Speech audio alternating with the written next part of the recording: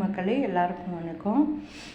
Ration அரிசியில் tiffin இப்படி இட்லி பாருங்கள், நல்லா பூவாட்டம் வந்திருக்கு பாருங்கள். ஆனால் தோசைக்கு தனியாக, தோசையும் பாருங்கள் எப்படி வந்திருக்குன்னு பாருங்கள். தோசைக்கு தனியாக, இட்லிக்கு தனியாக மாவெல்லாம் அரைக்கிறது இல்லைங்க. நான் சேம் அதே தான். 2 டம்ளர் பச்சை அரிசினா ஈக்குவலாக 2 டம்ளர் புழுங்கல் அரிசி. உளுந்து மட்டும் நம்ம அளக்கிற டம்ளரில் ஃபுல்லாக கோபுரமாக அளந்துக்குங்க.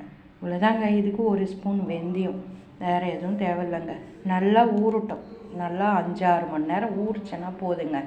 அரைச்சி நல்லா கொஞ்சம் மாவு புளிக்க வச்சுட்டு இட்லிக்கும் இது யூஸ் பண்ணிக்கலாம். ஏன்னா ஒரு சிலர் இட்லிக்கு தனியாக, தோசைக்கு தனியாக அப்படின்னு அரைப்பாங்க. அது இல்லை, இட்லிக்கும் இந்த மாவு யூஸ் பண்ணிக்கலாம். இப்படி போட்டிங்கன்னா தோசைக்கும் யூஸ் பண்ணிக்கலாம். இதுக்கு என்ன அப்படின்னு பார்த்தீங்கன்னா, சட்னி, தேங்காய் சட்னி செஞ்சுருக்கோம்.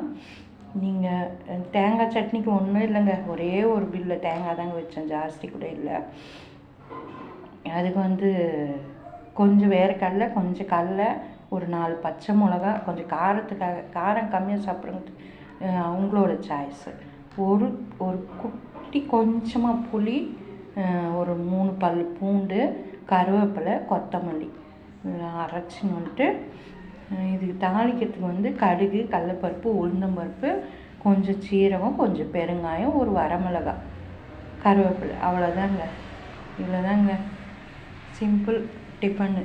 இருக்கிறத வச்சு என்ன செய்யணுமோ அது செஞ்சுக்கலாம் நம்ம.